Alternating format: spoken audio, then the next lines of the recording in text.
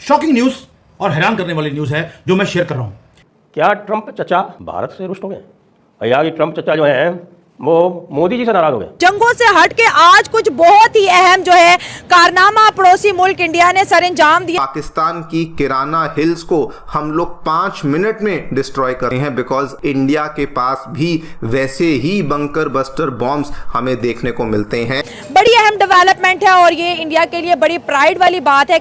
जो American president है या उनकी सेनेट है वो एक बिल लेके आना चाहती है टू सैंक्शन इंडिया।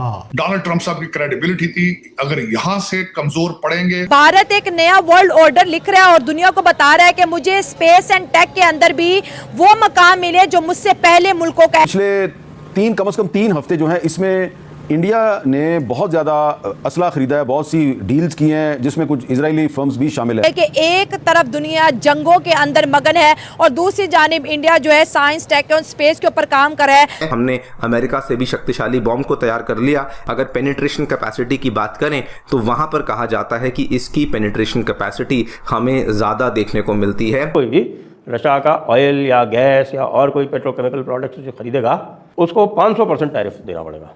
यूएसए हमें सैंक्शन करना चाहता है 500% के ऊपर और ये बिल पेश हो चुका है। 80 से ज्यादा लोग गवर्नमेंट के, जो अमेरिकन गवर्नमेंट है उसके लोगों ने साइन किया है कि yes Bharat should be sanctioned. जय हिंद दोस्तों, स्वागत है आपका हिंद वर्ड पोस्ट में।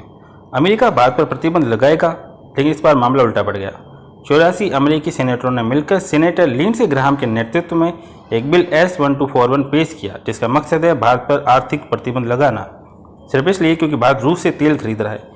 ये वही देश है जो खुद चुपचाप रूस से व्यापार कर रहे हैं, लेकिन जब भारत अपने 140 करोड़ लोगों की ऊर्जा जरूरतें पूरी करता है तो उन्हें तकलीफ होती है। लेकिन भारत अब 90 के दशक वाला नहीं रहा। आज भारत न किसी से डरता है न झुकता है। जैसे ये बिल पेश हुआ, ईरान ने भारत के पक्ष में खड़े होकर जय हिंद का नारा लगाया और पूरी दुनिया को दिखा दिया कि भारत अकेला नहीं है। डोनाल्ड ट्रंप ने भी गुस्से में इस बिल पर तीखी प्रतिक्रिया दी कि अमेरिका भारत के खिलाफ खुले युद्ध की ओर बढ़ रहा है। क्या ये नया कोल्ड वार शुरू हो चुका है? अब भारत बोलेगा इनफ इज इनफ।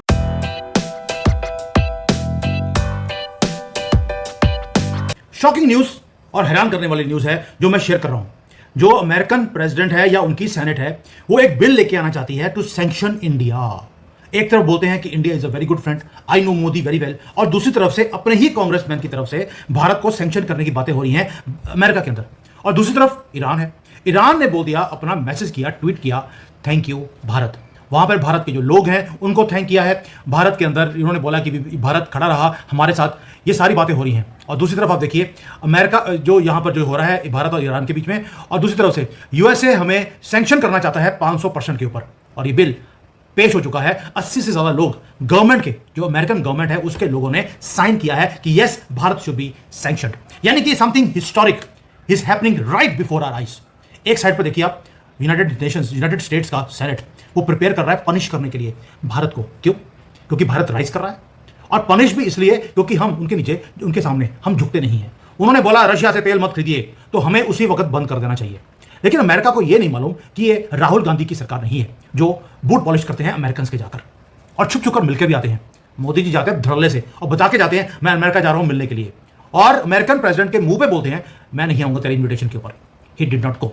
ये हिम्मत कभी आपने राहुल गांधी के अंदर देखी, जो अभी सोरोस के बेटे की शादी पे वहां पे नाचता हुआ और शगन इकट्ठे करता हुआ दिखाई दिया आपको?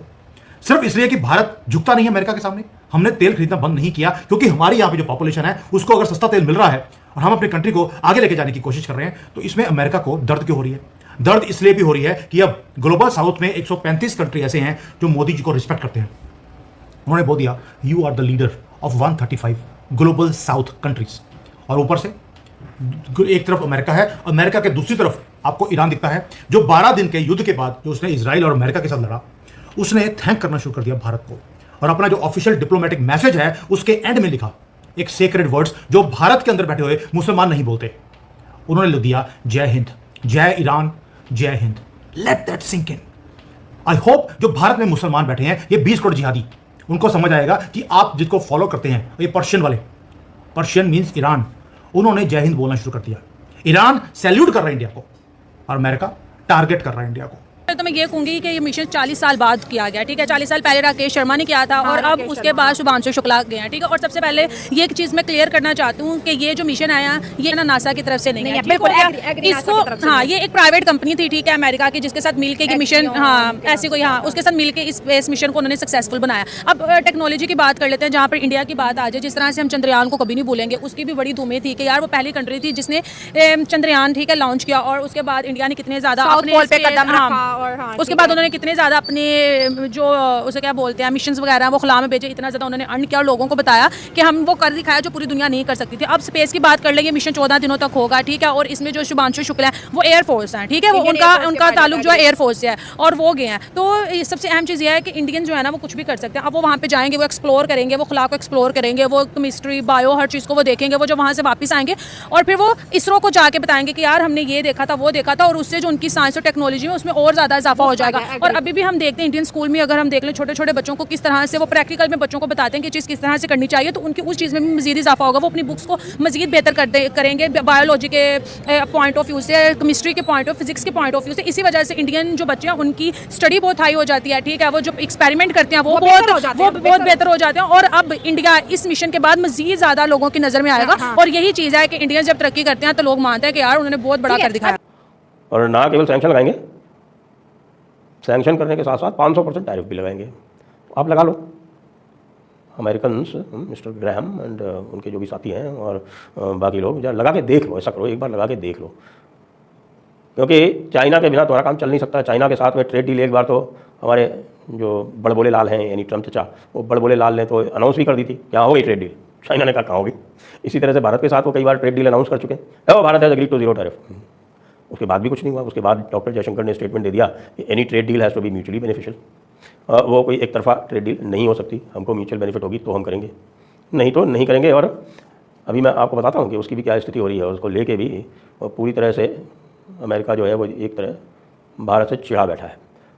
भारत से चिढ़े बैठे होने के और भी बहुत सारे कारण हैं कि एक तो भारत की बात जो है वो जैसा वो कहते हैं और जैसा उनका एक्सपेक्टेशन है कि साहब कि जैसा हम डिक्टेट करेंगे वैसा भारत मान जाएगा, वैसा होता नहीं है। अब उनके पास पाकिस्तान जैसा क्लाइंट है तो उन्होंने पाकिस्तान से कहा ए तुम्हारा बेस चाहिए हमको, तो मुनीर साहब जाके बैठ गए वहाँ पे। मुनीर साहब ने कहा हाँ साहब बेस ले लो, बेस क्या ले लो आप, हमारे पोर्ट्स भी ले लो साहब, हमारे यहाँ पे जो कुछ भी और चाहिए वो ले लो साहब, तशरीफ़ हाजिर है। मुनीर मियाँ का एक स्टेटमेंट चल रहा है, एक वीडियो चल रहा है।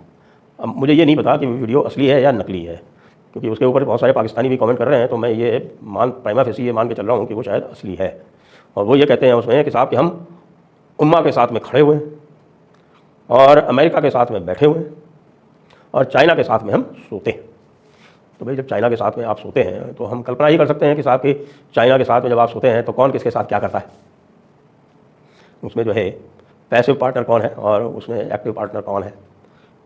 तो जो भाई लोग ओपनली ये कह सकते हैं, वो आप समझ सकते हैं वो किस तरह के होंगे। और फिर आदत ख़राब कर देते हैं वो अमेरिका की, क्योंकि अमेरिका सोचता है कि ये देखो ये कि पाकिस्तान है, हम जैसा कहते हैं वैसा कह रहा है कि हमारे रिश्तेदारों को, हमारे बेटे को और उनकी कंपनी को वो क्रिप्टो में इतना फ़ायदा दे रहा है, मिलियंस ऑफ डॉलर्स का, hundreds of millions of dollars का फ़ायदा दे रहा है, तो हम इसके साथ में हैं। और दूसरी तरफ इंडिया से बात करो तो इंडिया वाले जो हैं वो रूल्स बेस्ड ऑर्डर की बात करने लगते हैं, वो इक्वालिटी की बात करने लगते हैं, वो म्यूचुअल बेनिफिट की बात करने लगते हैं। अरे म्यूचुअल बेनिफिट क्या होती है? अमेरिका बहादुर का कहना है कि बेनिफिट केवल अमेरिका की होती है और किसी की बेनिफिट जो है वो बेनिफिट नहीं है, वो नुकसान है अमेरिका के लिए।